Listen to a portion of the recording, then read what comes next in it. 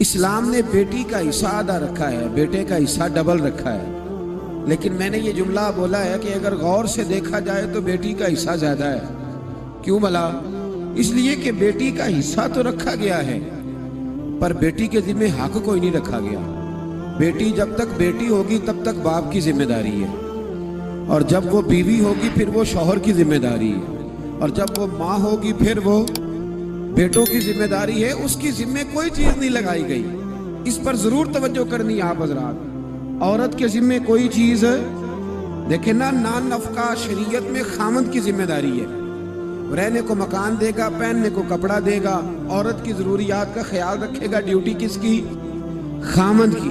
और जब उससे कबल वो अपने बाप के घर में थी तो ड्यूटी किसकी थी?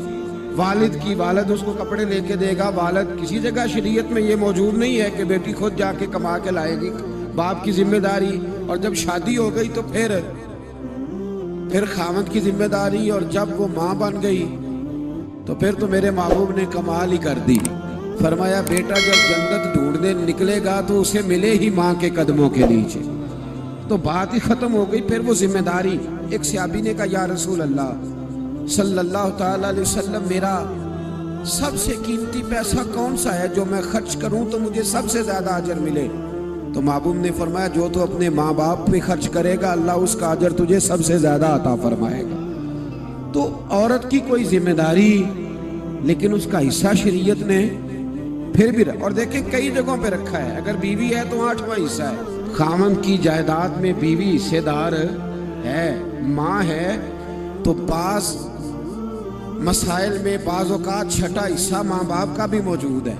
और बेटी है तो 1/3 हिस्सा उसका भी मौजूद है। तो हिस्सा बीवी का हर जगह पे है। वसीयत माँ भी जायदाद में, बेटे की जायदाद में हिस्सा है। वसीयत बीवी के खामन की जायदाद में भी हिस्सा है, और वसीयत बेटी के बाप की जायदाद में भी उसका हिस्सा उसका है। पर उसकी जिम्मेदारी तो फिर बताइए इस्लाम ने ज्यादा दिया है कि कम दिया है?